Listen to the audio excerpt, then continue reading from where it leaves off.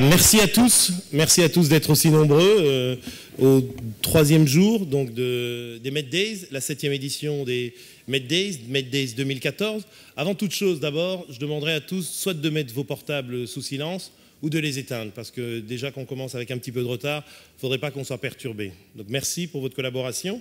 Et ensuite, pour la traduction, comme nous avons sur les 5 panélistes, il y a 3 francophones et 2 anglophones. Donc si vous avez des écouteurs, la traduction, Channel 2, c'est le français, et Channel 3, c'est l'anglais. Voilà. Donc merci à tous, merci avant tout à l'Institut Amadeus, donc qui fait confiance de nouveau à Vox Africa TV que je représente, pour modérer ce panel, pour un partenariat donc, qui dure maintenant depuis 4 ans, et pour nous rassembler tous les ans au mois de novembre pour discuter des grands enjeux, les enjeux stratégiques du continent africain, ce continent que l'on a en commun et que l'on essaye de développer. Et alors merci aussi à vous tous, bien sûr, d'être nombreux malgré la pluie, ou peut-être grâce à la pluie, puisqu'il n'y a pas autre chose à faire, donc vous êtes venus remplir cette salle. Merci pour votre collaboration. On va parler d'un problème, un enjeu très important, la santé en Afrique. Comment réformer le système de santé publique? Et bien sûr, l'actualité nous rappelle que c'est un enjeu géopolitique, comme le disait le président de l'Institut marocain de géopolitique, qui est ici avec nous. On le voit, hein, regardez, le Maroc a renoncé, en tout cas il y a eu cette discussion avec la CAN à organiser la Coupe d'Afrique des Nations à cause d'un problème de santé publique.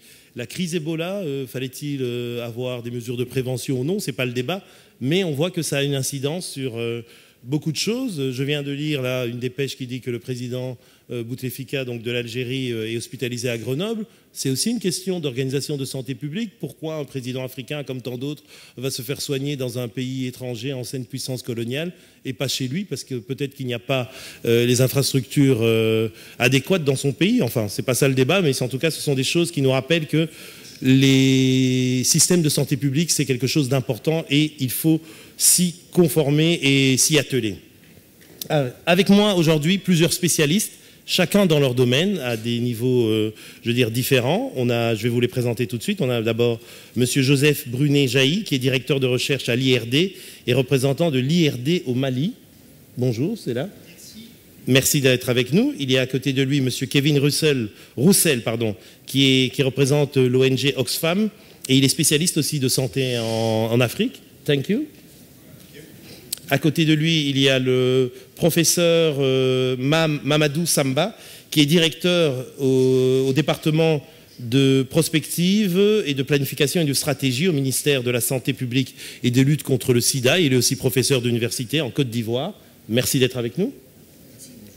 À côté de lui, il y a M. Abdoul Mounine Saad, qui est expert en santé publique, chercheur et conseiller aussi d'un institut au Nigeria.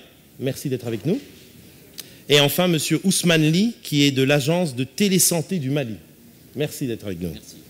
Voilà, exactement. Donc, santé publique, quelques notions. D'abord, je le rappelle que donc, la crise Ebola, malheureusement, a déjà fait plus de 5000 morts, et on sait que c'est un enjeu de santé publique très important. On en parlera, bien que ce ne soit pas une conférence, un panel axé spécifiquement sur la crise Ebola, mais en tout cas, quels enseignements on peut en tirer?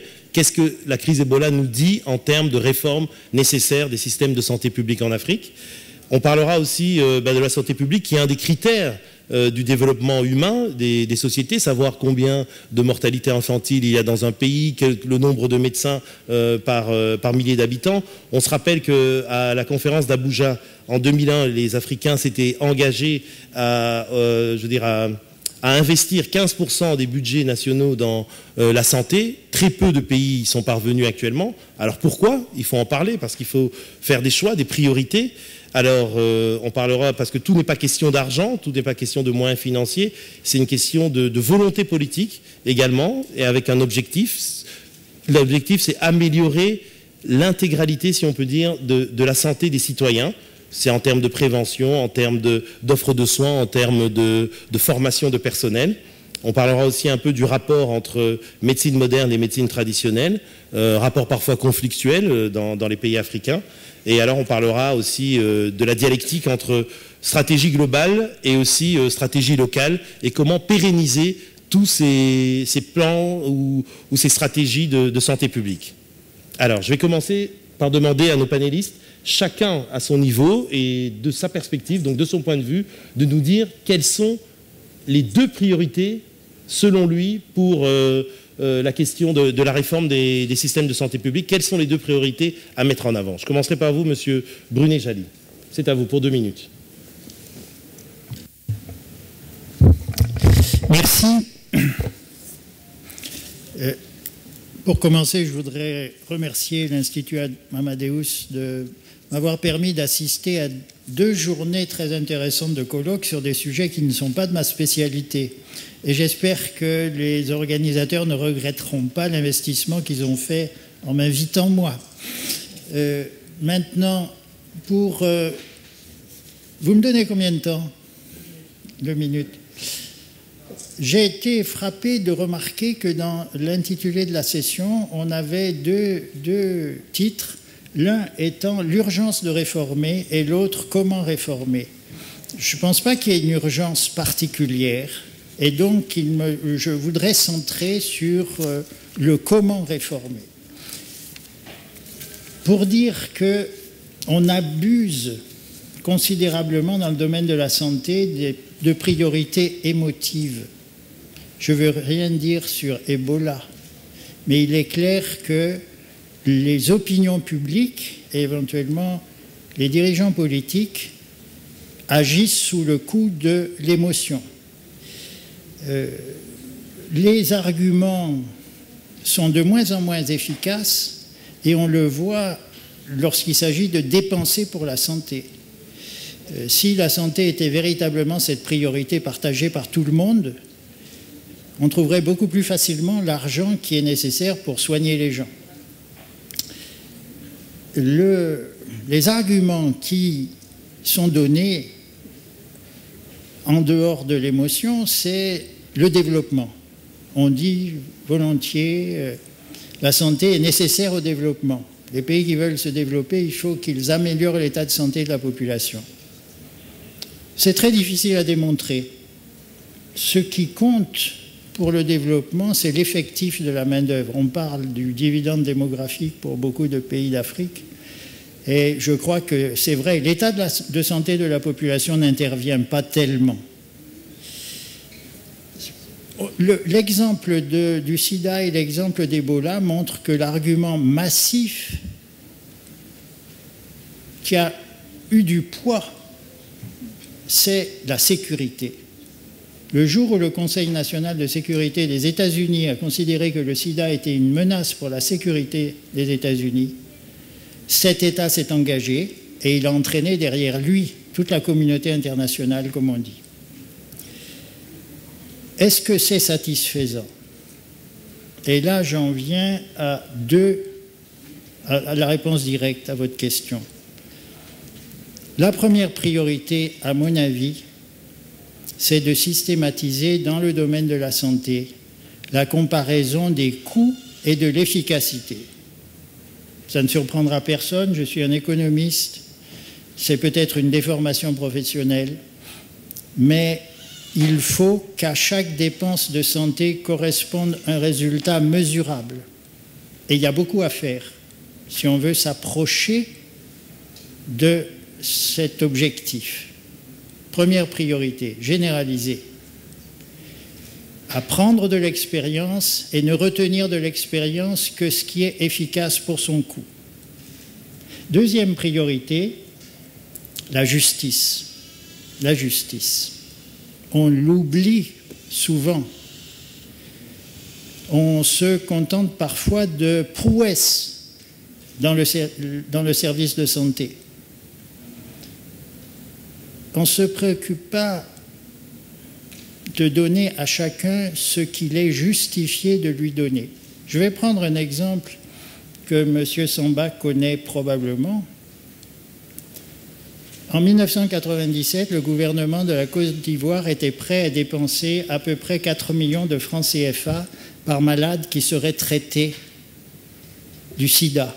On commençait à avoir des médicaments efficaces à cette époque, ils coûtaient cher. Et la Côte d'Ivoire avait été engagée par la communauté internationale à être le premier pays d'Afrique à traiter ces malades. Dans le même temps, on ne trouvait pas 40 000 francs CFA pour donner à toute femme à qui cette intervention était prescrite la césarienne qui l'aurait sauvée et qui aurait sauvé son enfant. Et donc la question que j'ai posée à une conférence africaine sur le sida et les maladies sexuellement transmissibles, qui se tenait précisément en 1997 à Abidjan, c'était celle-là. Quelle est la base morale, quelle est la base éthique d'une décision de ce genre? J'en reste là.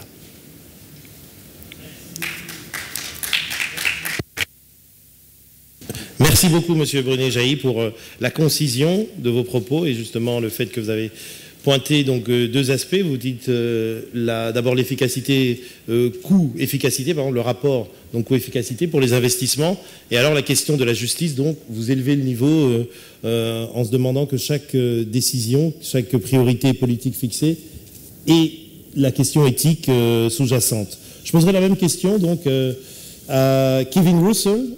From your point of view, what are the priorities?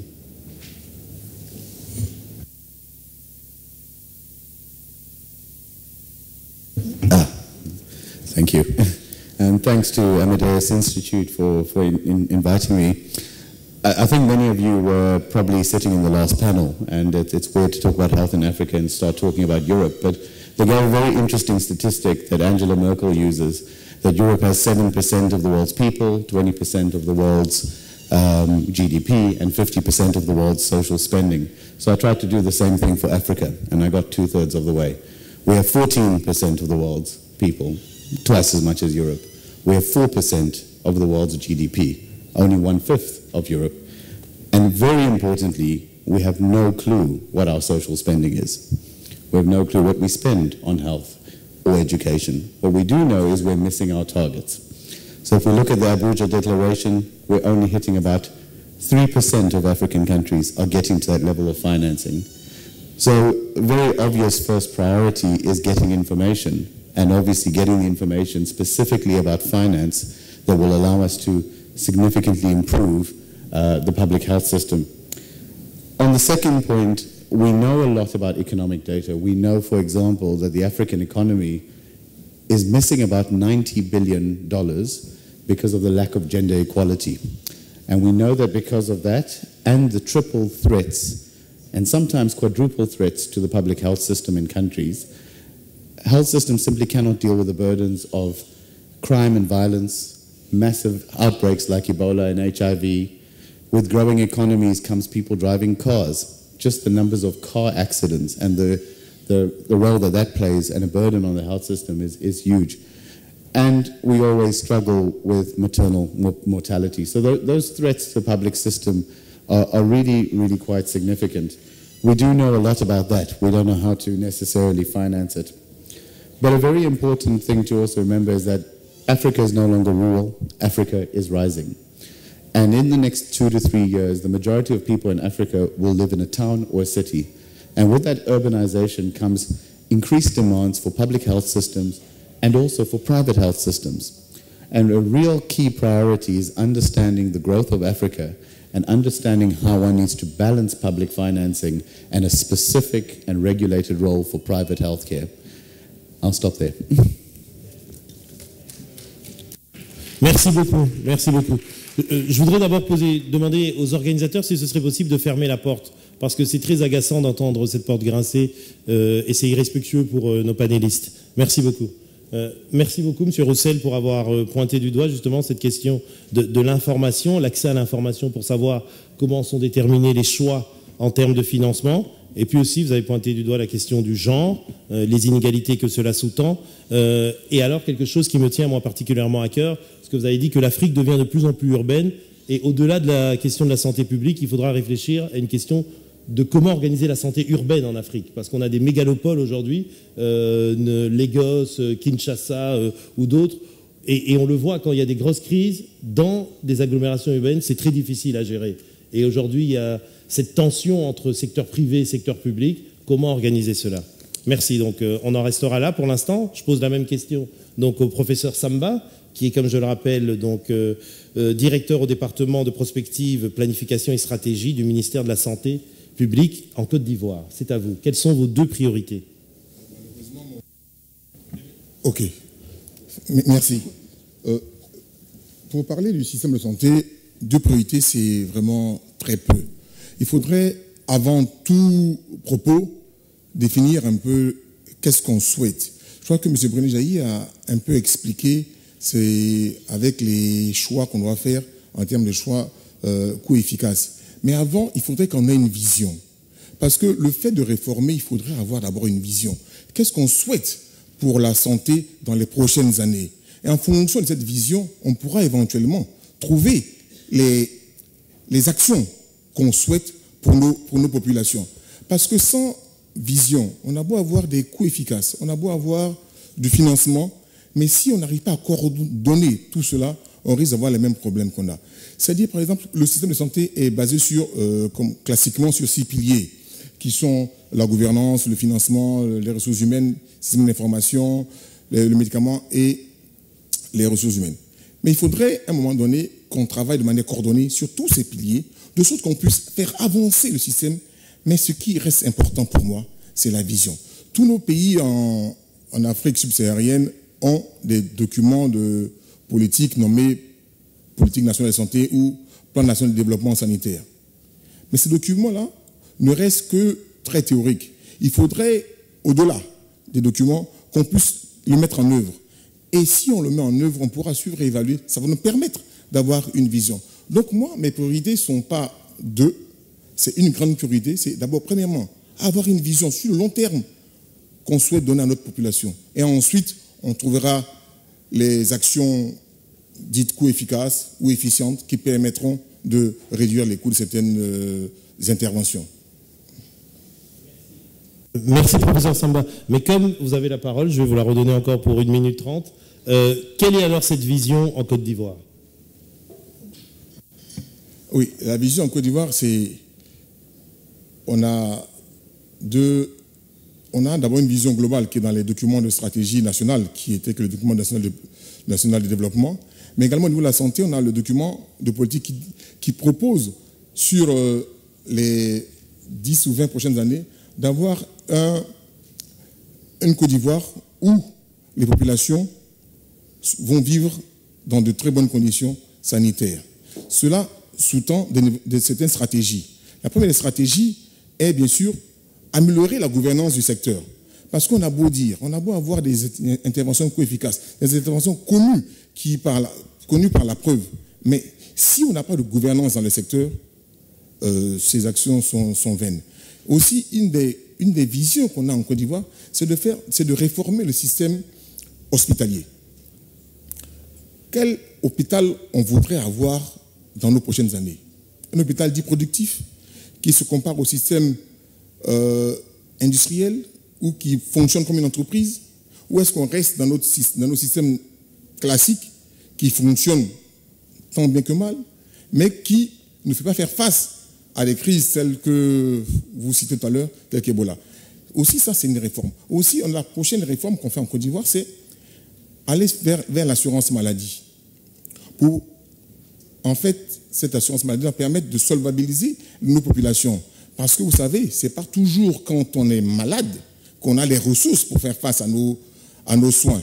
Donc le but était de rendre cette population solvable à travers une assurance maladie dénommée CMU.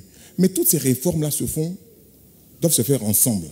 Parce qu'on ne peut pas avoir une assurance maladie si l'offre de soins qui sous-tend cette assurance n'est pas disponible. La Côte d'Ivoire n'est pas si grande, mais il y a des zones où il y a du silence sanitaire.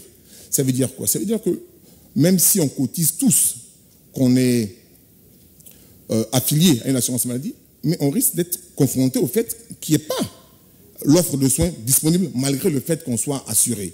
Donc vous voyez, toutes ces réformes doivent être coordonnées. Également, il y a le problème des ressources humaines. J'en parle rapidement. C'est vrai, on se plaint en Afrique qu'il n'y a pas de ressources humaines. Mais s'il y a des ressources humaines, peut-être qu'elles ne sont pas en Afrique, mais il y a des ressources humaines qui sont qualifiées et peut-être pas suffisamment motivées pour celles qui restent en Afrique. Ce qui fait qu'elles sont démotivées et ne rendent pas le service aux populations qu'elles devaient rendre. Je pense que je vais arrêter, sinon je... Merci. Voilà, merci beaucoup. En tout cas, on a compris quelques grands axes de la vision du gouvernement ivoirien. Mais même, la remarque que je voulais faire, et vous répondrez tout à l'heure, en termes même quantitatifs, je me souviens pour avoir couvert les élections présidentielles en Côte d'Ivoire, que l'actuel président Alassane Ouattara avait fixé quand même, je ne sais plus si c'était 10 hôpitaux à construire en 5 ans. Donc il y a aussi une vision quantitative même qui peut aussi s'appuyer sur cette vision de structure ou en tout cas de gouvernance et comme vous l'avez dit, l'accès à l'assurance maladie. C'est un des grands chantiers que plusieurs pays africains ont mis en œuvre. Je vais passer la parole à Monsieur Sad, donc, qui est un expert en santé publique, chercheur aussi, qui nous vient du Nigeria, pour qu'il nous dise aussi quelles sont ses 2 priorités en termes, si pas d'urgence, mais en tout cas de réformes à faire dans l'immédiat ou dans le court terme.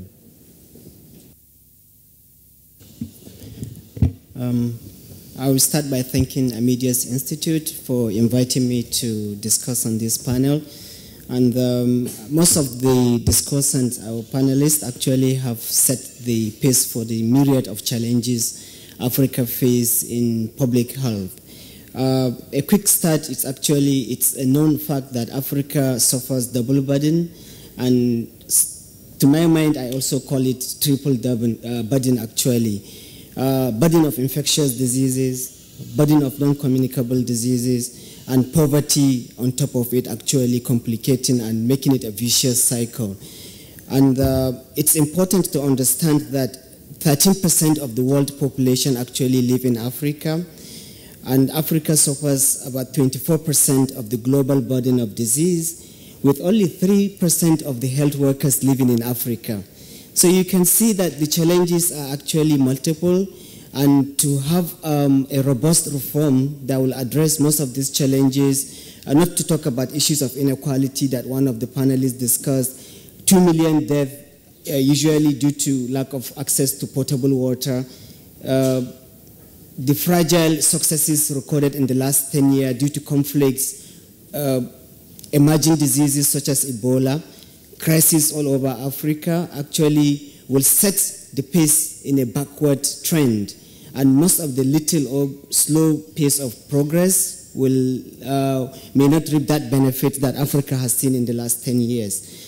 So to propose a reform, it's important that Africa, we have an appropriate and sustainable model that will address this myriad of challenges that the public health system in Africa suffers. And one important issue is an issue of financing the health sector in Africa.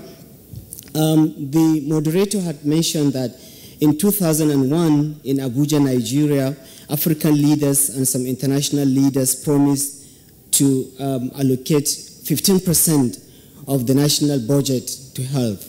How many countries have respected that promise 10 years now or post 10 years? Very few African countries have actually, according to AU report, taking about 8, while WHO is saying that 2. I wouldn't want to go into discussion about that disparity in the number of African countries that met this spending on health. So the important thing is that only very few countries, about 8 if we're going by the AU report, and how many percent? That's about 3% of the African countries meeting up the financing. So to go forward with the financing, with the training and retraining of health personnel, with the motivation that some of the colleagues have discussed earlier, I will throw my weight on a partnership approach. Actually, a partnership approach or model that will have the community, the household, the private sector, every stakeholder at the center actually of the reform in Africa, ensuring that there is good governance, leadership, because if there is no good governance and leadership, whatever finances that have been generated or put into health sector in Africa, it will not work. Analysts or literature has shown that about 50% of the spending on African health system actually does not actually go to the health sector. It's diverted elsewhere.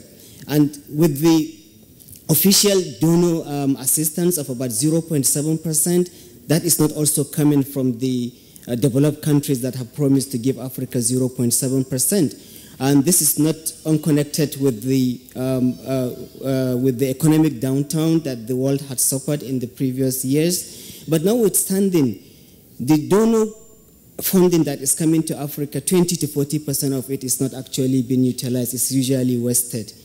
So if the funding and the resources that are meant to support the development and the strengthening of public health sector in Africa will be used judiciously, appropriately, an effective and cost-effective way that will give us value for money for interventions, I think will go in a long way in improving the health sector in Africa, and it meets the need and priorities of the people in the continent. Importantly also is the behavior of the health workers, and which is a very important thing, and the attitude. The health workers in Africa, though very small number with great disparity between rural and urban setting, and even infrastructure in Africa, great disparity in the urban and rural setting. Example, Morocco. In some of the rural setting, the urban infrastructure available in Morocco, in the urban Morocco, is about 3 times the infrastructure in the rural setting in Morocco. Similar situation in Ghana. So it's a kind of interconnected approach where the private sector, there is good governance and leadership, there is investment in infrastructure, and it is time that African leaders actually and government sees health as a predeterminant, as a prerequisite for development. Without health, there will be little progress and conflict will continue, diseases will ravage the continent, and the sector, already the weakened health system, cannot cope with the emerging situations that will result from this weakened health system. So it is important that health is not only seen as a consumer of budget, but rather as an investment that will touch many sectors of life: unemployment, nutrition, food security, conflicts, and other sectors of development. Climate change. All these are touched by health sector. If government invests appropriately and make sure that the resources are being used appropriately and judiciously in innovations and technologies that actually yield result in a cost-effective and value-for-money approach, I think Africa will make a giant stride and will move forward. And then we have a health sector that will provide an overarching platform for development in Africa and solving the problems and making a great stride in making progress in the public health sector in Africa. A good example, you see that the crisis of Ebola, I wouldn't want to talk much. I know we're going to have discussion on that in the course of this discussion, had really tested and shown that Africa lacks the capacity, they lack the strength to contain such emerging infections. And it all goes down to funding, it all goes down to infrastructure, it all goes down to training and retraining, it all goes down to the very low number of health workers who can actually contain such emerging issues. They're also battling with 2 issues. I'll give an example for my country. We've done very well in Ebola, but that is not, it was a coordinated, intersectoral, interconnected approach in solving the problem with Ebola, with a very good support from the Lagos state government and the federal government, making it a good going forward to allocate funds quickly to solve the problem of Ebola. But that's not outstanding. We're having conflicts in other parts of the country. If a health sector that is already built and now is conflicting between infectious diseases and problem with people who have survived bomb blast or who suffer the cases of insurgents, how do you prioritize? Who do you treat? Who do you support? So it goes down to solving those issues. And I will end by saying that I think the future of public health in Africa is to go towards preventive medicine, to ensure that we have really strengthened the preventive aspect of medicine so that we take away the burden of health on the curative aspect of secondary and tertiary care. So I think primary health care still has the answer to most of the public health problem in Africa, and I think I will stop here to allow one of them. Thank you very much.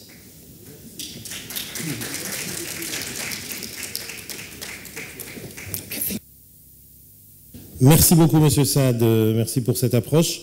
On a retenu, donc d'abord, vous avez pointé l'inadéquation des besoins et des ressources et qu'il faudrait faire un meilleur ajustement de tout ça. La question de la bonne gouvernance, bien sûr, parce que ce sont aussi je veux dire, c'est de la santé publique, c'est du service public, mais c'est aussi un secteur qui peut créer énormément d'emplois. Donc s'il est bien géré, il pourra avoir, comme on dit, des effets bénéfiques sur tout le reste de l'économie des pays. Vous avez pointé aussi du doigt la question de la mise en avant de la médecine préventive par rapport à la médecine curative et l'accent qu'il faut mettre dessus. Je poserai donc question de départ sur les priorités également M. Ousmane Ly, qui est de l'agence de télésanté au Mali. C'est à vous. Merci bien. Je commencerai aussi par remercier l'Institut Amadeus de nous donner cette opportunité de participer au MedDays et puis de pouvoir parler de comment réformer le système de santé publique en Afrique, qui est une question extrêmement importante. Et je n'ai pas la tâche très facile en parlant après 5 éminents spécialistes, surtout après M. Bruno Jaï, dont les écrits ont accompagné notre formation à la faculté de médecine de Bamako.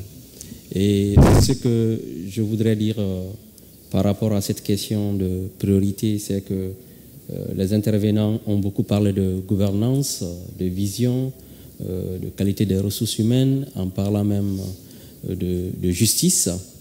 Alors, comment est-ce que nous pourrons adresser toutes ces questions si nous n'avons pas quelque chose de fondamental qui est l'information, la bonne information?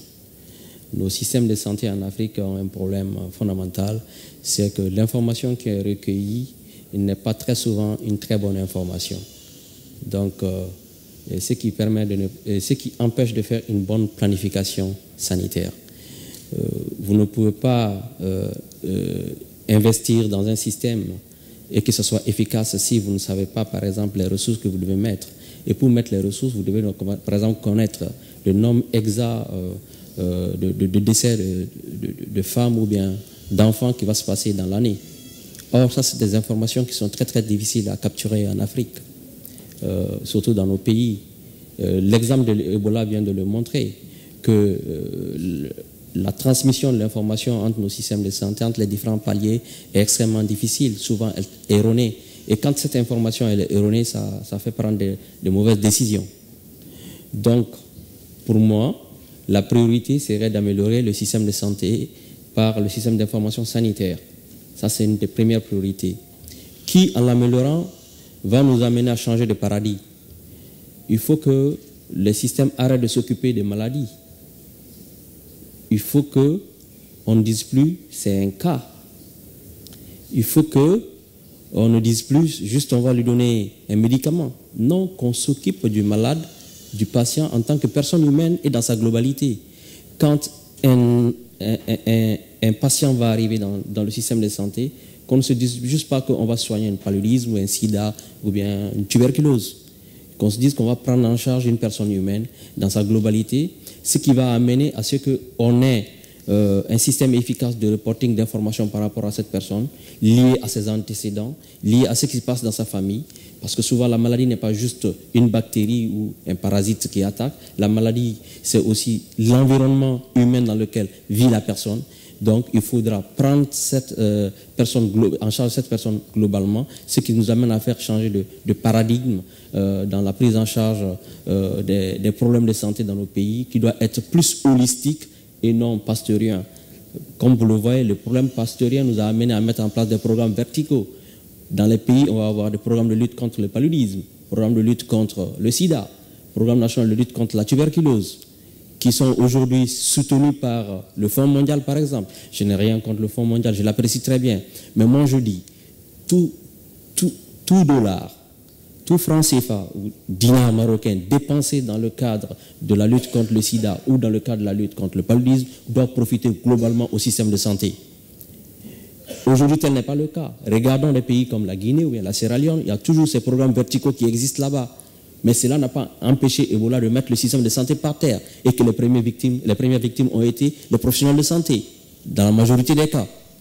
Donc, nous devons renforcer globalement nos systèmes de santé Et moi, je fais le pari, peut-être que je me trompe, peut-être que c'est dû au fait que je suis spécialiste en informatique médicale, donc l'utilisation des technologies de l'information et de la communication dans le système de santé. Je suis intimement convaincu que si nous utilisons les nouvelles technologies dans le système de santé, on va changer la donne.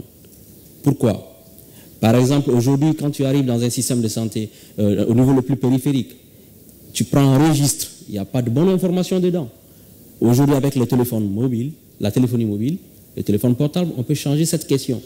On peut faire en sorte que chaque patient ait un dossier médical de bonne qualité. Et au lieu que nous ayons des programmes verticaux qui vont aller chercher l'information par maladie, on va avoir l'information à partir du malade. C'est une personne humaine qui peut faire le sida. C'est une personne humaine qui peut faire le paludisme ou la tuberculose. Alors, si on arrive à capturer cette information depuis la base, on va pouvoir la faire remonter de manière automatique à ce que les planificateurs puissent prendre des décisions sur des bases factuelles. L'enjeu, c'est la connaissance. On est aujourd'hui dans une société de l'information. C'est une société inclusive qui fait aujourd'hui qu'on a la génération Facebook en face de nous, qui va avoir des comportements par rapport à l'information. Donc l'enjeu pour nous aujourd'hui, la priorité, c'est de pouvoir mettre en place des systèmes de santé qui vont donner la bonne information, qui vont nous permettre de faire de bonnes évaluations. Et quand on a une bonne évaluation, on pourra faire les financements sur les besoins réels du système. J'aimerais être là. Merci beaucoup, Monsieur Ly. Merci à tous, en tout cas, pour ce premier, si on peut dire, tour de table, en tout cas, prise de parole des panélistes. Alors, beaucoup de choses ont été dites en termes de financement, en termes de bonne gouvernance, des priorités que les uns et les autres ont fixées. On ne va pas pouvoir entrer dans les détails. Je vais poser maintenant certaines questions relatives justement à ce thème, et je vous demanderai de répondre vraiment de façon succincte, parce qu'il nous reste à peu près 20 minutes avant de faire l'échange avec le public. La première question, parce que j'ai relevé ça dans vos interventions à tous, vous parlez de déficit de financement des systèmes de santé en Afrique et aussi de mauvaise gouvernance ou de gouvernance qui n'est pas assez efficace. Est-ce que vous avez, par exemple, une solution ou un exemple d'un pays qui pourrait faire tache d'huile en termes de financement efficace et de manière justement de permettre que l'Afrique puisse mieux financer son système de santé? Je demande à chacun d'intervenir 1 minute. Monsieur Brunet d'abord. Bon, je ne suis pas là pour distribuer les prix, donc je n'ai pas de bon exemple, mais ce que je voudrais dire, c'est que dans aucun pays aujourd'hui, on ne peut faire ce qu'on apprenait aux médecins de ma génération lorsqu'ils étaient formés, c'est-à-dire que leur rôle était de mettre à la disposition de chaque malade toutes les ressources de l'art médical. C'est devenu impossible dans tous les pays. Pour ceux qui lisent un peu la littérature médicale, il y a maintenant un traitement contre une maladie immunitaire très rare, un traitement qui vaut 400 000 $ des États-Unis. L'entreprise qui fabrique ce traitement s'est arrangée avec des médecins et un cabinet d'avocats pour attaquer le système de sécurité sociale du Brésil en disant « vous avez dit que vous payez les médicaments, il faut payer celui-là ». Et maintenant, la même entreprise organise le même système en Belgique avec un enfant. C'est un enfant qui est malade, donc vous voyez que la dimension émotionnelle peut être immédiatement beaucoup plus... Donc je crois qu'il faut se mettre dans tous les pays en tête qu'on ne fera pas tout. Et donc, il faut choisir. Il faut choisir avec les ressources qu'on a. Et sur la deuxième partie de votre intervention, moi, je suis partisan d'une décentralisation de la gestion, d'un rapprochement entre le personnel médical local et la population, et éventuellement les institutions, les collectivités territoriales, etc., pour la gestion du système de santé. Que le ministère ait un rôle de tutelle technique, certainement, c'est nécessaire. Mais si on veut adapter les prestations aux besoins de la population, la qualité humaine des prestations aux réactions de la population. Si on veut prendre des décisions justes en ce qui concerne les indigents, par exemple, cela ne peut être fait, me semble-t-il, qu'au niveau local. C'est la même chose en matière d'assurance. Je suis en désaccord avec le collègue économiste qui s'occupe de l'assurance à l'Organisation mondiale de la santé à Genève, qui dit que tous les systèmes de mutuelles locales, tous ces systèmes-là, ça ne vaut rien. Et de fait, le Bureau international du travail et l'OMS, avec ces idées-là, arrivent à aider les pays à monter des systèmes d'assurance maladie pour les gendarmes, pour les fonctionnaires, pour le personnel des grandes entreprises. Mais ceux qui ont le plus besoin d'argent au moment où ils sont malades, ce sont les plus pauvres, ce sont les petits vendeurs, ce sont les paysans, ce sont des petits commerçants. Si on ne peut pas compter sur leur solidarité, sur leurs organisations professionnelles, on n'arrivera jamais à résoudre le problème. Je ne sais pas comment la Côte d'Ivoire voit son système d'assurance, mais il me semble que la difficulté est là. Moi, je serais partisan de faire en sorte que localement, si les gens sont producteurs de coton, ils peuvent cotiser différemment de s'ils sont éleveurs ou s'ils sont vendeurs à la sauvette. Dans chaque cas, il faut trouver les solidarités là où elles peuvent se manifester et les exploiter. Et faire en sorte que les gens qui payent les soins soient en relation avec ceux qui fabriquent les soins et puissent éventuellement contrôler un peu ce qui se passe. Je ne veux pas abuser de mon temps de parole. Pardon. Merci. Même question donc à Monsieur Roussel. De par votre expérience, expérience d'Oxfam, qui est quand même une ONG, je veux dire, à action globale, vous avez une connaissance du terrain. Est-ce que vous avez une ou deux idées, je veux dire, d'efficacité en termes de financement qui auraient peut-être réussi dans un pays africain ou autre et qu'on pourrait transposer en Afrique, ou alors une ou deux mesures qui permettraient enfin peut-être la mise en place, comme l'a dit M. Brunet, d'un système de mutualisation décentralisé qui permettrait qu'enfin on puisse financer ces systèmes de santé publique, parce que ça fait 10 ans ou plus, comme l'a dit M. Saad, qu'on parle de financement de la santé publique, mais on n'y parvient pas. Alors qu'est-ce qu'il faut faire? Attendre encore 10 ans pour qu'on ait la même discussion ensemble? Okay, thank you for the question. In Africa, we do have countries that have managed to finance universal health coverage. That's the good news. Mauritius is one of them, Seychelles, small island states, Botswana is another one. What they all have in common is that you can only finance a public health system with, ironically, public money. So you need to have a way in which you collect fair taxation in a progressive way. My colleague from Nigeria can tell you later on about how well Lagos State has done in terms of increasing its tax revenues and really building an accountable system that builds the health system. But if we don't look at Africa in those particular countries which have had longer histories, in recent times, Sri Lanka, Malaysia, and Brazil all achieved universal health coverage similarly by building tax financing. And if you can't get to the level of tax financing, if you don't have that point in your culture and society yet, there are other options in Thailand, Mexico, and believe it or not, Kyrgyzstan, which I probably mispronounced. They've managed to actually collect premiums from the employed to subsidize the poor. So one can actually build towards a public finance system. If you don't have all the ingredients for it, a social health insurance with a long-term vision to a publicly funded system is the way forward. And I think the examples are out there. But Africa loses too much money. And you have to focus on public finance for public health. Merci beaucoup pour ces exemples que vous avez donnés et cette vision. Monsieur Samba, je rebondis sur la question que vous avez été posée de façon indirecte, en tout cas par Monsieur Brunet. Comment la Côte d'Ivoire compte-t-elle justement mettre en place cette CMU qui est justement une voie de financement de la santé publique? Quels sont vos axes, si je veux dire, prioritaires de la mise en place de cette mutuelle de santé? Merci. Je voudrais, juste avant de répondre sur la CMU, parler un peu du système du financement de la santé, parce que c'est un problème important. En général, on ne pose toujours que des solutions, mais on n'a jamais vraiment posé quelles sont les causes. Pourquoi ça ne marche pas?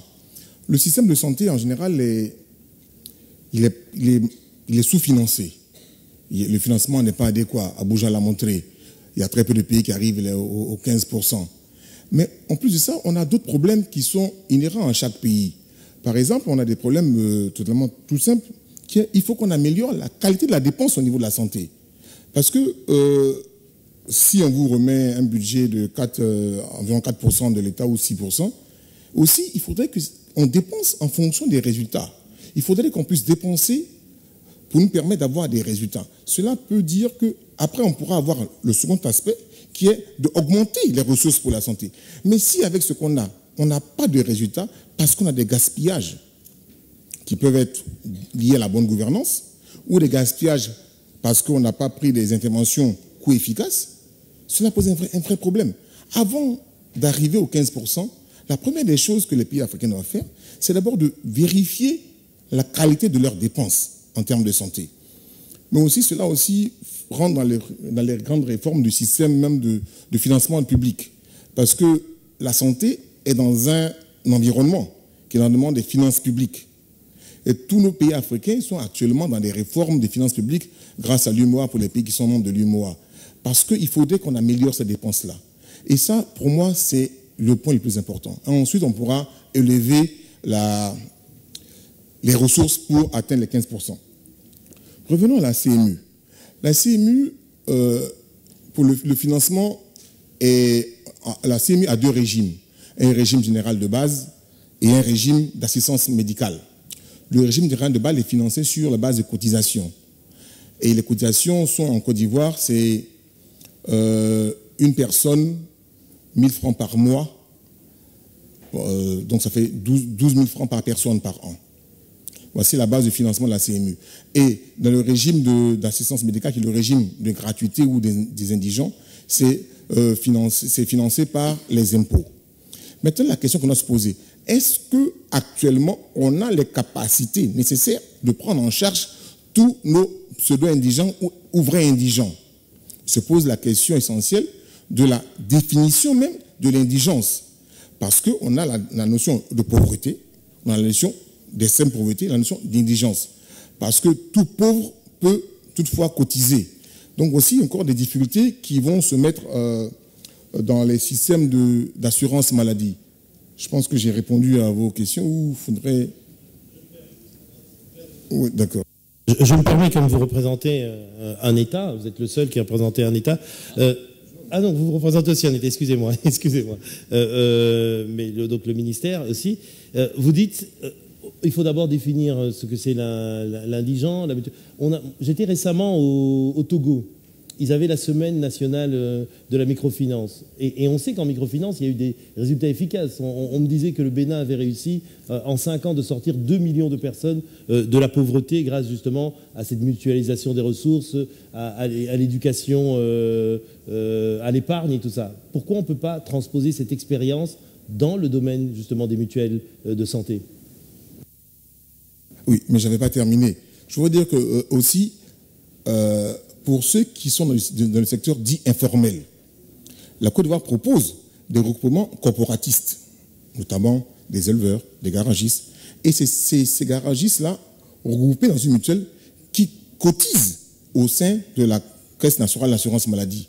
Donc c'est un mix de plusieurs types de systèmes.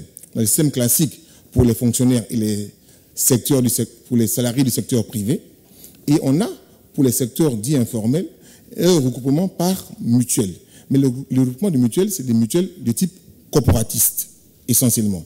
Donc ça rejoint la préoccupation de M. Brunet-Jailly, qui est que si les éleveurs d'une zone souhaitent adhérer à la mutuelle, ils adhèrent. Par exemple, nous, le démarrage se ferait avec les planteurs du secteur de l'anacarde et de l'EVEA, qui sont relativement bien organisés. Donc c'est pour dire que toutes les options sont possibles, puisque dans une phase un peu de démarrage, mais on retient qu'on a un système qui est financé pour le secteur formel par les cotisations et pour le secteur informel qui est financé par le regroupement en mutuelle. Monsieur Saad, même question. Un ou deux exemples ou recommandations en termes de financement pour rendre justement le financement de la santé publique en Afrique plus efficace et plus efficient surtout. Thank you, Mr. Moderator. I think to start with, I think it is important to have a mechanism that will monitor the progress of health spending, and governments need to be transparent in terms of the sources of funding, how the funding is being spent, and then ensuring accountability and transparency in the process. Otherwise, whatever amount, no matter the amount of funding that's available for health, if that mechanism of monitoring the progress on spending on sources and being transparent and making it available to the public, then that progress will not be a meaningful progress, because that leakages and wastages will still be there.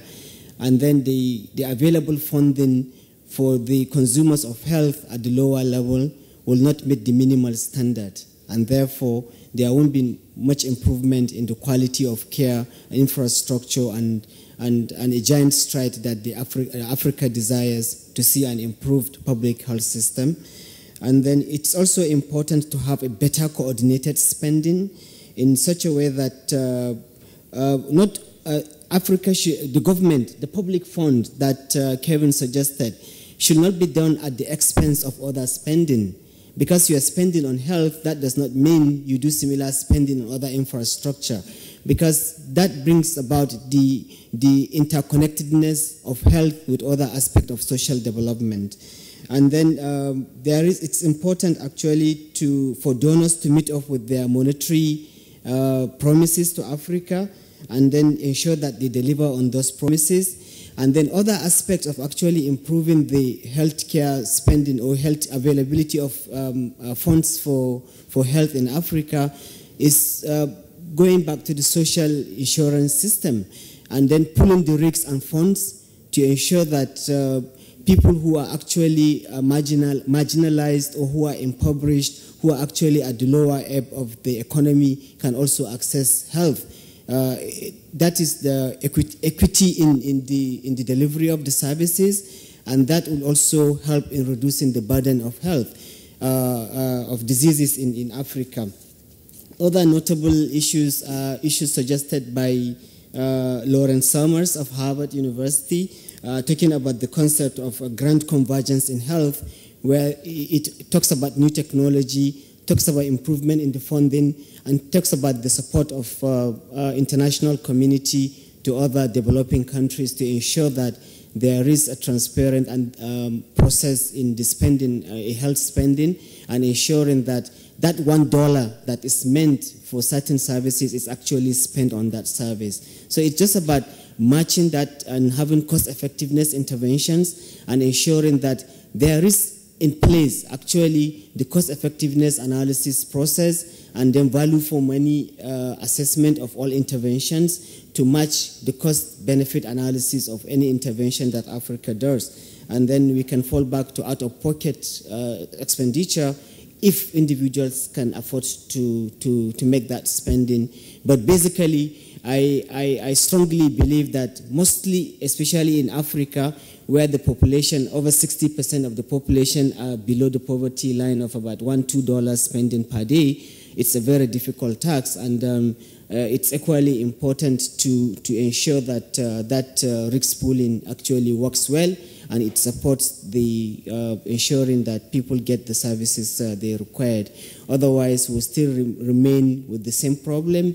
The system will be overburdened, and then the health spending will not get to where it's supposed to be, and there won't be much remarkable improvement in the health indices in the country. And one important factor actually that we haven't mentioned is actually promoting a novel public-private partnership, ensuring that that enabling environment is there for private sector to complement the effort of the government and public services in delivering of health service delivery in Africa, where it mostly the private sector has a role in having that conglomerate of services, and also in the logistics and distribution of simple technologies to areas where it's hard to reach, actually, where some novel approaches as simple as family planning and contraceptives are not available. And we know that a lot of literature has it that if a country is able to meet the unmet need for family planning, it will make a great impact in infant and maternal mortality, as well as also reducing the rapid growth of population. So it's a holistic approach, actually, in ensuring sustainable funding that will reform Africa and then make a significant progress in health indices and human development indices in the continent. I think I'll stop here. Thank you.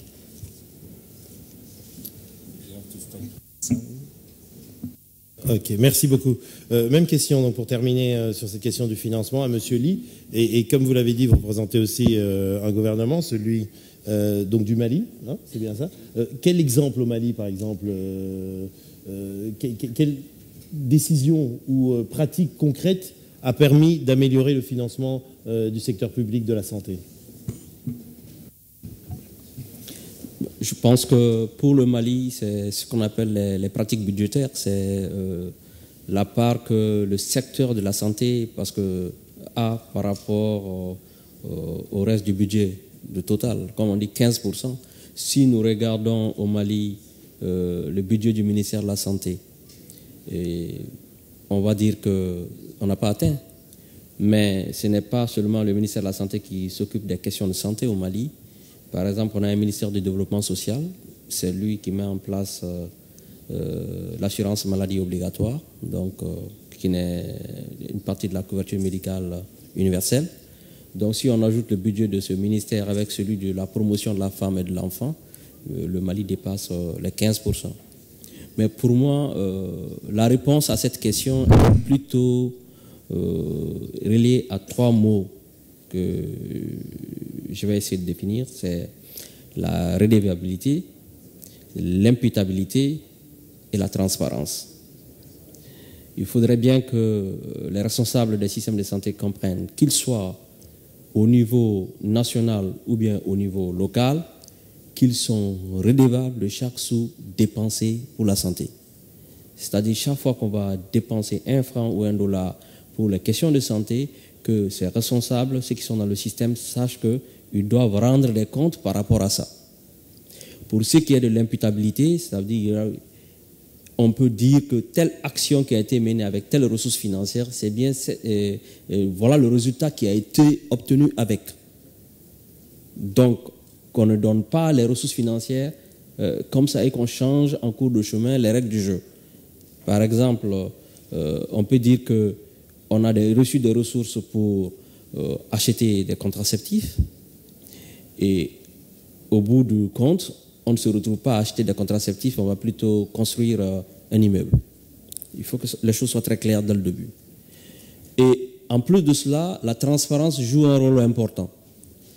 Il faut que toutes les actions qui sont menées avec les ressources publiques, le financement public, l'argent public, soient accessibles aux citoyens. Que le citoyen puisse aller vérifier si votre budget de cette année, vous avez dit que vous allez faire telle action et obtenir tel résultat, que le citoyen puisse avoir accès à cette information pour vérifier, pour se rendre compte. C'est ce qui va amener la confiance entre le citoyen et le système de santé. Sinon, aujourd'hui, le plus grand fardeau des dépenses de santé est plutôt supporté par le citoyen en personne en Afrique, en tout cas dans mon pays. Quand on regarde les dépenses faites, 80% souvent est supporté par le malade lui-même. Parce qu'il va payer la consultation, il va payer les médicaments de sa propre poche, il va assurer, quand on appelle ça, quand le patient est hospitalisé, même la nourriture du patient à l'hôpital.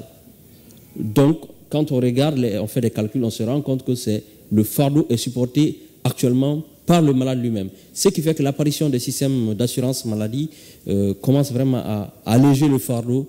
Mais en tout cas au Mali, ce n'est pas encore tout le monde, c'est juste ceux qui sont dans le secteur formel. Nous sommes en train de réfléchir sur ceux qui sont dans l'informel. On va peut-être s'inspirer de l'expérience de la Côte d'Ivoire sur ce plan. Donc moi, pour terminer, à mon avis, Vraiment, il faut que les gens soient responsables et qu'ils sachent qu'ils sont redevables de tous les sous qui sont dépensés et qu'il y ait le maximum de transparence possible. Merci. Merci beaucoup à tous. Il y a encore beaucoup de questions. J'avais pointé du doigt le rapport entre médecine moderne, médecine traditionnelle, les leçons d'Ebola, bien sûr, et aussi la mise en œuvre d'une vision globale, mais je voudrais dire approche peut-être régionale ou sous-régionale des questions de santé. Mais je pense qu'on va y répondre. Je vais commencer à faire l'interaction avec le public. Et si ces questions ne sont pas soulevées dans le public, moi, je vous les reposerai avant de terminer ce panel. Monsieur, allez-y. Posez une question ou une remarque ou une précision, mais de façon très succincte, s'il vous plaît. Hassan Saoud, je suis consultant en sécurité et en géopolitique. Avant de poser la question, vous avez soulevé une idée qui m'a interpellé. Vous avez dit que l'urbanisation pose un problème de santé publique dans les grandes villes. Mais vous avez oublié que l'échec des politiques africaines de santé dans ce qui est la proximité du citoyen est la cause de l'urbanisation. Donc je réponds à votre question parce que c'est la cause et vous parlez des conséquences. Et ça m'amène au système. On parle de l'échec du système et on parle d'argent. Moi, je n'ai pas compris qu'il y a un système de santé en Afrique. D'après tous les propos, je n'ai pas vu un système. Donc, qu'est-ce qu'il y a à réformer, à votre avis? Et bien là, c'est depuis 1976. 40 ans, qu'est-ce qu'on a fait? Depuis 1976, Ebola, et je pose la question, avons-nous une recherche? Avons-nous des chercheurs? Il a parlé à juste titre de ressources humaines. Où sont-elles? Sont-elles employées? Est-ce qu'il y a des politiques pour la recherche dans ces... Et puis, évidemment, l'Occident, je pose la question, si Ebola était déclenché il y a 20 ans ou 40 ans dans un pays d'Europe, on aurait trouvé le vaccin une année après. C'est parce que c'est des maladies de pauvres, loin des yeux, loin des cœurs. Il a fallu que ça se passe à Madrid, aux États-Unis, qui est un branle-bas de combat. Voilà la géopolitique de la santé. Nous sommes dans un monde global où la santé est globale, où les épidémies n'ont pas de visa. Et c'est ce traitement schizophrénique, c'est cette question que je pose à ceux qui veulent répondre. Merci. Merci, monsieur. Monsieur, on va prendre votre question aussi. Monsieur Sanogo, Internal Consulting.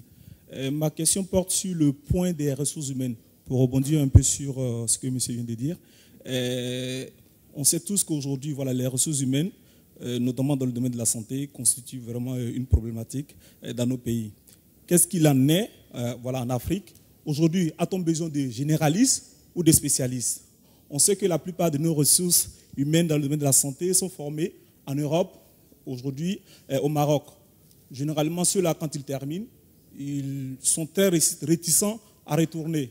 Qu'est-ce que nos pays font pour voilà, favoriser le retour voilà, de ceux-là? Merci. Merci. Dernière question de la part de monsieur. My name is Mushiri Nyaga from Nairobi, Kenya, working with a think tank on governance. And my question is broad, but it's specific. You mentioned data and the access to information. There have been commitments, the Abuja Declaration on spending on health. There's been declarations on spending on agriculture as a percentage of GDP. There's been a push for statistics offices to get greater investment because they are hampered by the lack of investment. They can't collect the data that we need in order to know whether we're making any progress on the data that on the problems that we're challenged by. So I just wondered if the inability to see the interconnectedness of healthcare to education, to infrastructure, to agriculture has caused African countries to be lethargic in trying to meet their objectives of improving the amount of money they give to public health. The Abuja Declaration, the context was HIV, AIDS, and malaria. That may not have caught the attention of those who are working on other infectious diseases or non-communicable diseases. the inability to see the connection between those kinds of things and the other sectors. I wonder if that has not had a big effect on us. Merci beaucoup. Donc, trois types de questions. Je résumerai la vôtre, hein, excusez-moi. Elle rejoint un peu ce que je disais. Quelles leçons on va tirer d'Ebola en termes de réforme du système? Vous avez été encore plus sévère en disant que, d'après ce que vous avez entendu de nos panélistes, qu'est-ce qu'il y a à réformer, puisqu'apparemment, on réforme, si pas sur des ruines, mais en tout cas sur quelque chose qui n'est pas encore achevé. Deuxième question de M. Sanogo, quel incentive, en quelque sorte, je n'ai pas le mot en français, quels incitants, voilà, hein, peut-être pour essayer de faire revenir en Afrique toute cette ressource humaine de qualité. En préparant ce panel, on parlait avec vous, c'est des chiffres qui sont connus et on peut les appliquer à n'importe quel pays. J'entendais qu'il y avait plus de médecins centrafricains en France actuellement qui exercent qu'à Bangui, et pourtant on en aurait sans doute plus besoin à Bangui qu'à Paris, mais ces gens, il faut leur donner des moyens, enfin, en tout cas des raisons d'être motivés de rentrer travailler à Bangui. Et enfin la question de M. Nyaka sur l'interconnexion au niveau de l'information pour pouvoir avoir à terme une politique efficace. Qui veut être le premier à prendre la parole? Mr. Russell, mais very short, please. Very short. It kind of answers all three questions. So let's hope this works. I think the very obvious thing to recognize with Africa is we've gone through a very big period of austerity. We've had structural adjustment, and we're starting to see the fruits of that. That structural adjustment necessarily cut down public spending. It cut down personnel. It made it very unattractive. So without a doubt, many different policies need to be done to keep people on the continent. And I'll give you an example. I live in South Africa, where there's actually a national policy that anyone trained as a doctor in South Africa has to serve 5 years community service, or else they'll all leave. Very simple but efficient way of keeping people you train in your own country.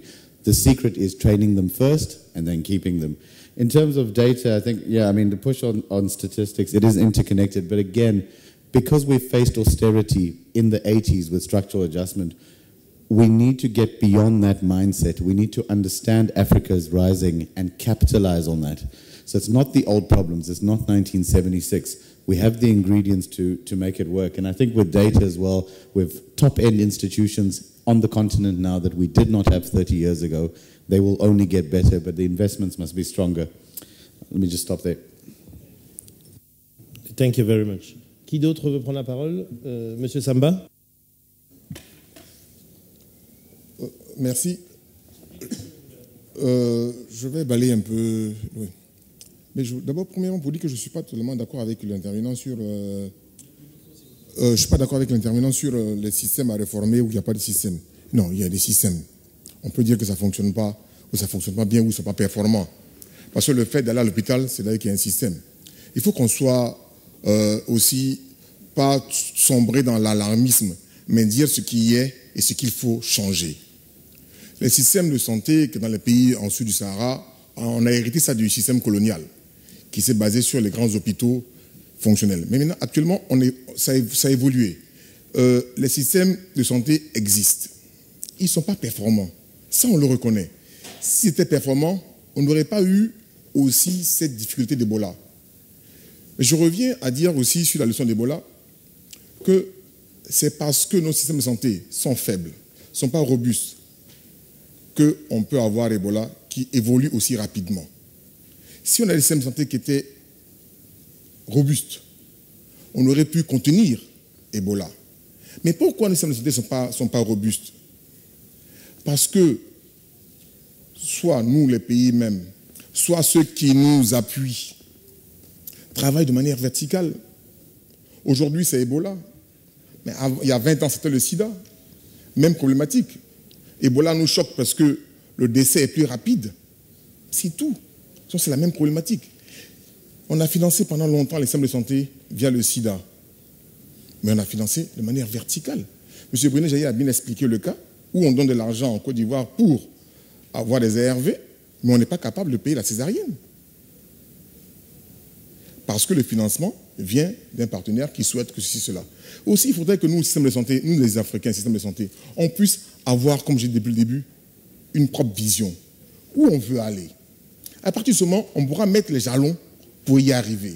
Mais tant qu'on est sous le joug ou les perfusions des partenaires, ça nous crée plein de problèmes. En plus, ce qui est totalement dommage, c'est que dans certains pays comme le nôtre, je pense qu'on peut avoir les moyens, sans partenaires, de fonctionner.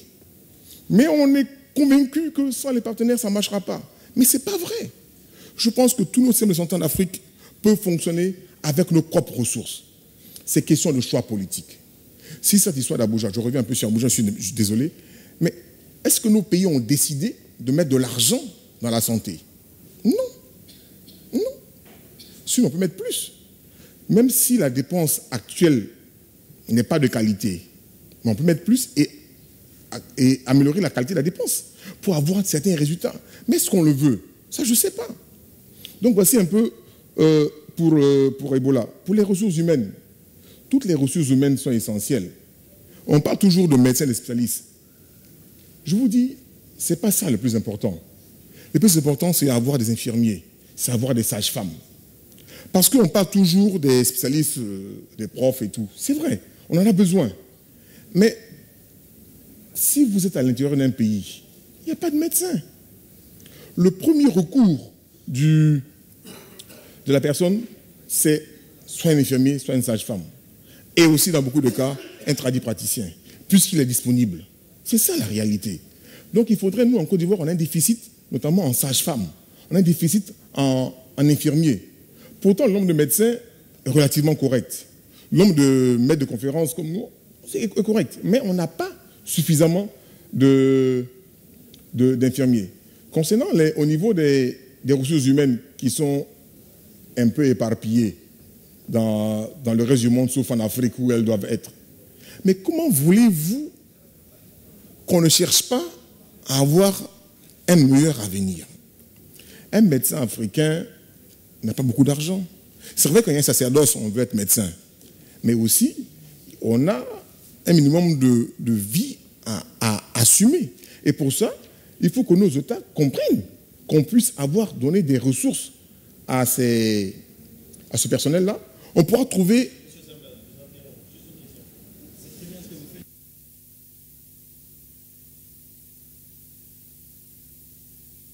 Je dis l'Afrique du Sud, la République sud-africaine, qui forme ses médecins et qui leur impose 5 ans de pratique dans le pays avant de pouvoir partir ailleurs.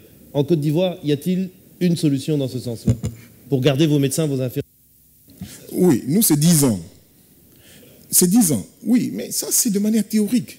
Mais de manière concrète, si le monsieur il décide de partir, on ne peut pas le retenir. Oui, il faut qu'on soit concret. Le monsieur, il part. Mais l'État de Côte d'Ivoire dit on doit travailler 10 ans pour pouvoir reconnaître à l'État ce qu'il a fait pour nous. Mais de manière concrète. Aussi, on parle toujours des médecins qui partent à l'étranger. Même dans notre propre pays, il y a des médecins qui changent, qui sont dans le système de santé et qui partent chez les partenaires, qui partent dans les ONG internationales. Mais pourquoi? Parce qu'il y a plus d'argent. C'est la seule raison. D'accord, merci. On va laisser parler aussi les autres. Peut-être M. Lee ou M. Saad, vous voulez intervenir sur certaines des questions? M. Saad, et puis vous. Allez-y. Take the floor. All right, thank you. I think quickly I will add to the discussion by Kevin on some of the factors actually that leads to deficit of healthcare workers in Africa. In addition to the structural adjustment program, you know, with the advent of HIV, most of the healthcare workers actually were infected with HIV, and we had some death from other infectious diseases, and then loss of health workers to migration.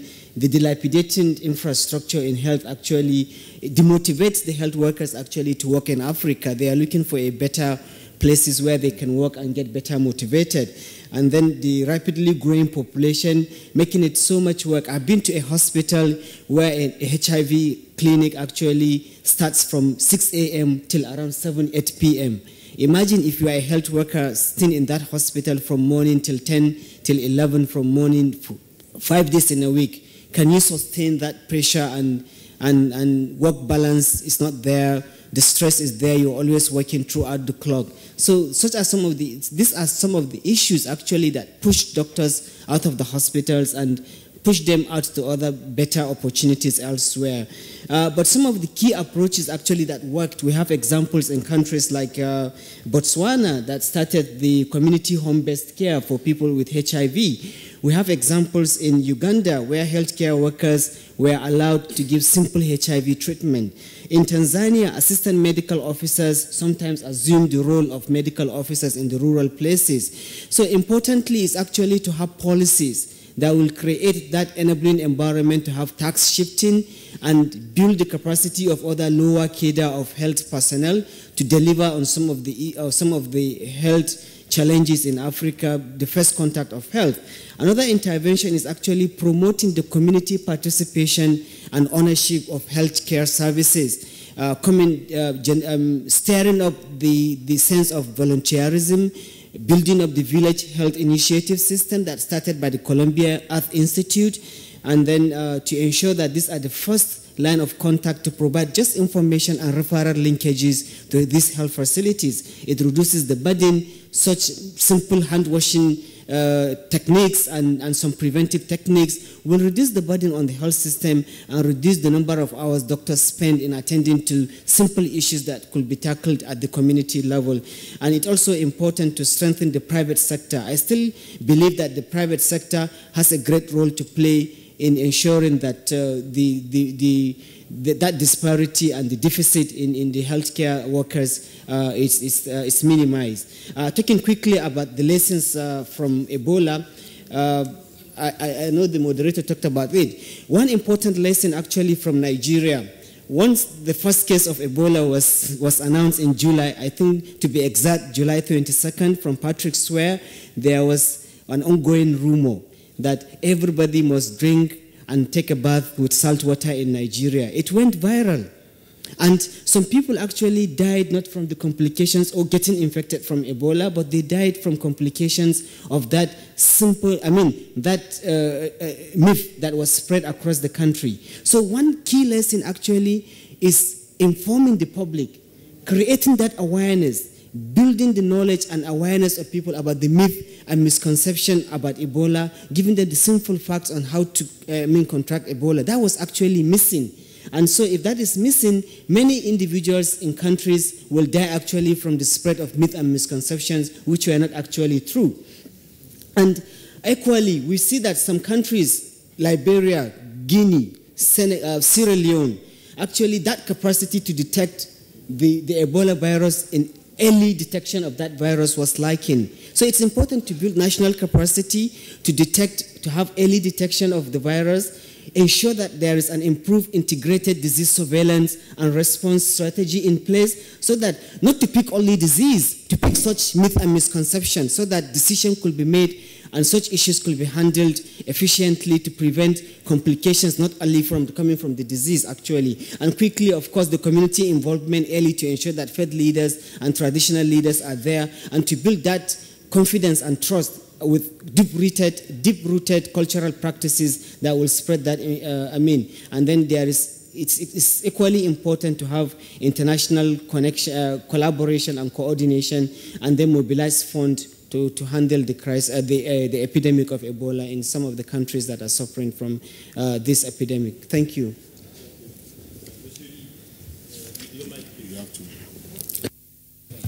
Oui, merci. Moi, je voudrais intervenir par rapport à l'interpellation sur la recherche par rapport à Ebola.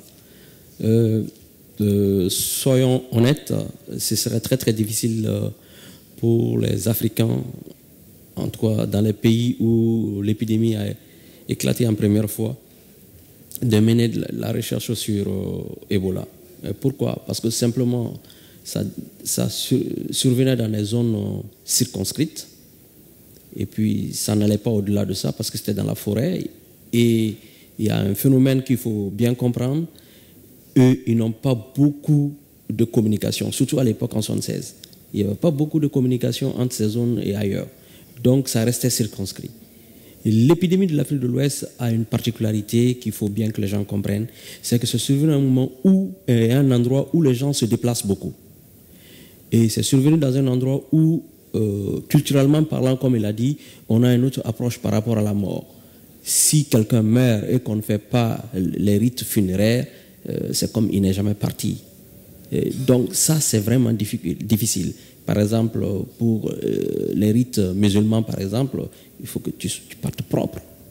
Ça, c'est clair. Donc, on va devoir te laver. Or, le malade est le plus dangereux, enfin, le cas est le plus dangereux quand la personne elle est morte. C'est là où la contamination se fait le plus rapidement possible. Donc, il y a cet aspect qu'il faut qu'on regarde par rapport à Ebola, les aspects culturels. Ce n'est pas le médical qui va résoudre aujourd'hui le problème de l'Ebola. Le problème de l'Ebola va se résoudre dans la communauté, dans la prise en charge communautaire. Et pour la recherche, ça me permet de rebondir. Nous avons beaucoup négligé la recherche au niveau des capacités de la médecine traditionnelle. On a opposé la médecine moderne à la médecine traditionnelle dans beaucoup de nos pays. Ça a été une erreur monumentale. Probablement qu'il y a des tradithérapeutes qui ont des connaissances, qui ont peut-être la solution sur l'Ebola ou bien sur le sida, mais qui a disparu complètement aujourd'hui. Parce que le phénomène que nous voyons, c'est qu'il y a des charlatans qui se servent de la médecine traditionnelle comme élément pour gagner de l'argent. Mais la bonne médecine traditionnelle est en train de disparaître dans nos pays. Parce que ceux qui connaissent sont en train de mourir avec. Donc, on n'a pas fait beaucoup de recherches. Et ça pose vraiment le problème de la vision politique en matière de recherche. Moi, je suis directeur de l'Agence nationale de télésanté et d'informatique médicale du Mali, qui est un établissement public scientifique à caractère technologique. Et j'ai un mandat de faire de la recherche dans le domaine de la cybersanté. Depuis 2012, et je vais en revenir par rapport aux ressources humaines, moi, je n'ai plus de budget de recherche. Ça a fondu. Parce que mon pays a vécu un problème et nous sommes en restructuration. Là où on allait couper, ça a été de la recherche. Or, la recherche, c'est l'innovation. Et c'est avec l'innovation qu'on peut dominer le monde. Donc ça, c'est une question de vision politique. Et ça me ramène la question des ressources humaines qui restent en Europe. Moi, j'ai été formé en Europe, en Suisse, en France. Et j'ai décidé de retourner dans mon pays, en Belgique. J'ai décidé de retourner dans mon pays. Et pour moi, le choix, il est d'abord personnel. Là. Et il faut que les gens comprennent cela. Ce n'est pas une question de motivation, surtout d'argent, qui peut te faire retourner. Parce que quand tu retournes, tu te rends compte que tu n'as rien, tu n'as pas d'avenir. Tu viens pour te créer un avenir. Mais quand il y a eu le coup d'État en 2012 au Mali, je me suis dit que peut-être que j'ai commis la plus grosse erreur de ma vie. Je n'aurais jamais dû revenir. C'est la question de la stabilité politique. Tant qu'il n'y aura pas une situation de stabilité politique dans nos pays en Afrique, les gens vont toujours partir. Mais vous remarquez que partout où il y a une certaine stabilité politique, ces pays-là se développent. Je prendrai l'exemple du Maroc. Ça va vraiment beaucoup chez vous. Je vous remercie. Monsieur Brunet, succinctement, vous voulez ajouter quelque chose? Allons-y, parce que le temps presse, malheureusement. Je ne vais pas abuser du temps. Mais je voudrais revenir sur quelque chose qui a été signalé par M. Saad, mais pas de façon, me semble-t-il, suffisamment explicite. Un certain nombre de chercheurs internationaux ont organisé en 2010 jusqu'à 2012 et publié dans le Lancet à la fin de l'année 2012 un document très important qui montre qu'on a les connaissances techniques et on aurait les moyens de financer un rattrapage de tous les pays qui ont l'état de santé le plus faible jusqu'au niveau que connaissaient des pays de moyens dans les années 2000, ce qui ferait un progrès considérable de l'état de santé. C'est techniquement possible d'après ces gens-là. Si vous tapez sur Google Lancet Commission, Larry Summers, qui était, vous vous en souvenez sans doute, un des secrétaires d'État de Clinton, donc ce sont des gens sérieux. Je pense qu'il y a là-dedans un message très optimiste. La seule chose, c'est que ce ne sont pas les gens de cette commission qui vont faire les réformes, qui vont prendre les décisions dans chaque pays. de mettre en œuvre les meilleures connaissances du moment pour améliorer le fonctionnement du système de santé et l'état de santé de leur population. C'est dans chaque pays que cela doit être fait. Un mot encore sur l'attitude des pays. On a parlé plusieurs fois d'Abuja, 15%. La décision d'Abuja a été prise dans le contexte d'une pression internationale considérable pour que les pays africains installent le traitement du sida. C'était ça la réunion d'Abuja. Ensuite, quels sont les pays qui sont le plus loin de l'objectif de 15%? Ce sont des pays qui ont tous des ressources importantes. 75% du gap entre ce que représenteraient les 15% et ce qui est effectivement consacré à la santé vient d'Algérie, d'Angola, de Libye, du Nigeria, d'Afrique du Sud et de l'Égypte. 75% du gap. Donc la décision politique est effectivement essentielle. Ce sont les décideurs, ce sont les personnels, les hauts cadres du ministère de la Santé qui peuvent gagner la partie. Mais techniquement, la partie peut être gagnée. Je crois que c'est un message optimiste qui méritait d'être rappelé. Pardon. Voilà, merci. Notre panel touche à sa fin. Je pourrais ajouter encore 5 minutes. S'il y a une question, la dernière question.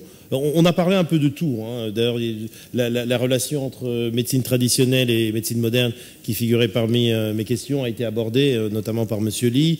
Les leçons de la crise Ebola aussi.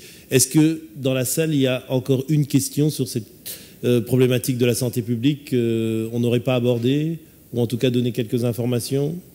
Tout va bien?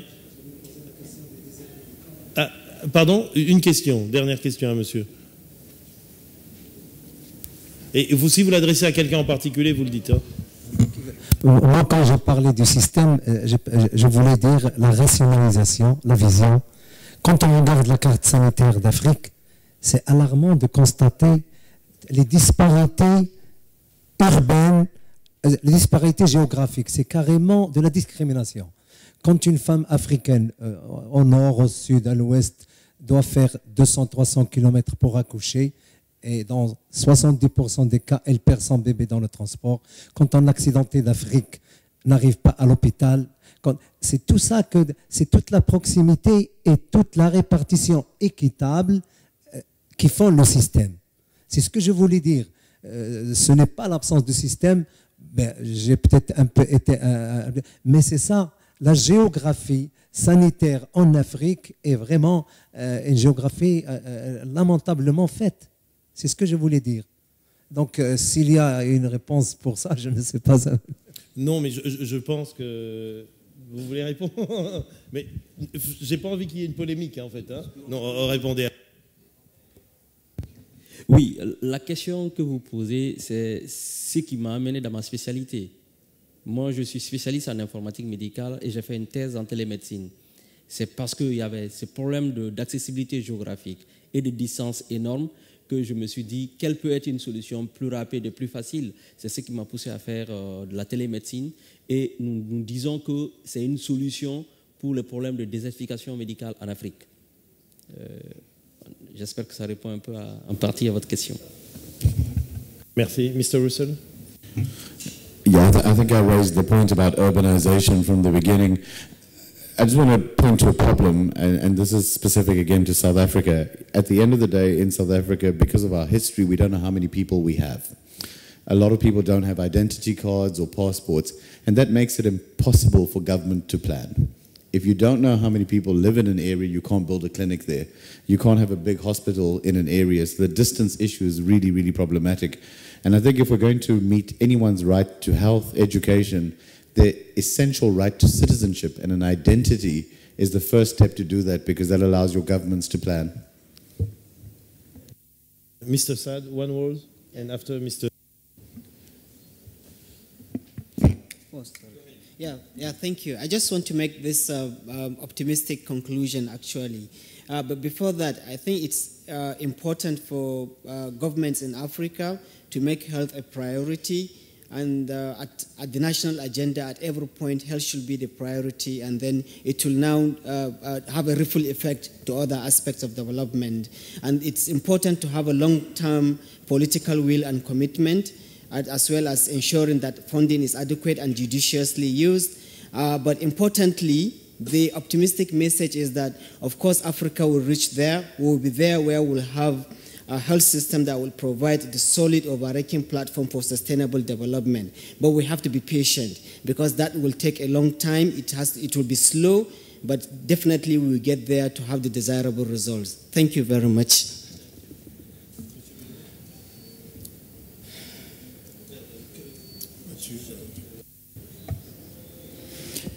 Un petit mot sur l'urbanisation et la santé. Une chose extrêmement frappante, c'est que l'urbanisation vient de ce que l'agriculture ne nourrit pas son homme, alors que la plupart des pays d'Afrique, en tout cas les pays d'Afrique de l'Ouest, ont des problèmes d'insuffisance de la production agricole par rapport à la consommation. On importe du riz de Thaïlande, etc. Or, la Banque mondiale, qui finance les plans de développement depuis 30 ans, n'investissait pas, il paraît que ça a changé tout récemment, n'investissait pas dans l'agriculture. Et j'ai regardé il n'y a pas très longtemps le cas du Niger, où on dit dans le portefeuille de la Banque mondiale, l'agriculture représente 7%. Qu'est-ce que c'est que l'agriculture? Qu'est-ce que c'est? Quel est le projet? Je suis allé regarder quel est le projet. Ce sont les aménagements autour de Kandaji, du barrage de Kandaji, qu'on présente donc comme un grand chantier qui va lutter contre la pauvreté, etc. Sans voir que l'essentiel du barrage de Kandaji, c'est la régulation du fleuve Niger. Deuxièmement, la production d'électricité. Troisièmement, et accessoirement, pour créer peut-être 10 000 emplois, des aménagements agricoles. Donc, il n'y a pas encore, en tout cas dans ce pays, l'investissement agricole qui permettrait d'écarter définitivement la sous-production et qui permettrait à certains, au moins des jeunes générations, de rester parce qu'ils seraient engagés dans des projets motivants, avec des moyens, avec un niveau de vie qui ne serait peut-être pas celui qu'ils pourraient gagner s'ils étaient très qualifiés en ville, mais un niveau de vie convenable. Merci, Monsieur Samba, mais vraiment une minute. Hein. Juste pour dire que, au niveau des réformes, ce qui est essentiel, c'est qu'on puisse savoir où on va. Et là, depuis le début, je le dis, il faut que nos pays africains aient une vision de la santé. La santé est certes moteur de développement, mais il faut y avoir la vision. Mais dans la vision, qu'est-ce qu'on met? Qu'est-ce qu'on veut pour nos populations dans les 10, 15 et 20 prochaines années? Arrêtons de planifier sur le court terme, qui est une planification de l'urgence. Et aussi, c'est une des leçons d'Ebola et de VIH, on a toujours planifié dans l'émotivité, dans l'urgence. Essayons de sortir de cette urgence et de réfléchir sur le long terme pour le bonheur de nos populations. Merci. Je pense que j'ai fait moins d'1 minute. Merci beaucoup. Merci. C'est une note positive, donc on espère que cette vision-là, en termes de santé publique, mais dans tous les autres domaines, hein, pour le faire régulièrement, animer des débats africains. Souvent, ce terme de vision revient en disant il faut que l'Afrique ait une vision, il faut qu'elle ait un leadership. Je pense que le changement de génération, des événements comme ceux qui se passent au Burkina Faso, nous donne de l'espoir que l'histoire est en marche et que les choses sont en train de changer. Merci beaucoup aux panélistes. On a appris des choses intéressantes. C'était vraiment une discussion de très haut niveau. Je rappelle donc, c'est avec monsieur Joseph Brunet-Geilly, qui est directeur de recherche à l'IRD, représentant de l'IRD au Mali. Monsieur Kevin Roussel, qui est de Oxfam, spécialiste en santé publique.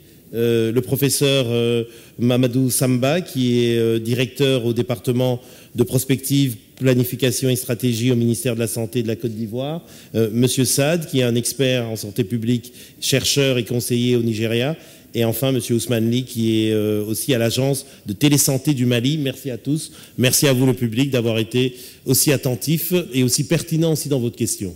Merci, au revoir.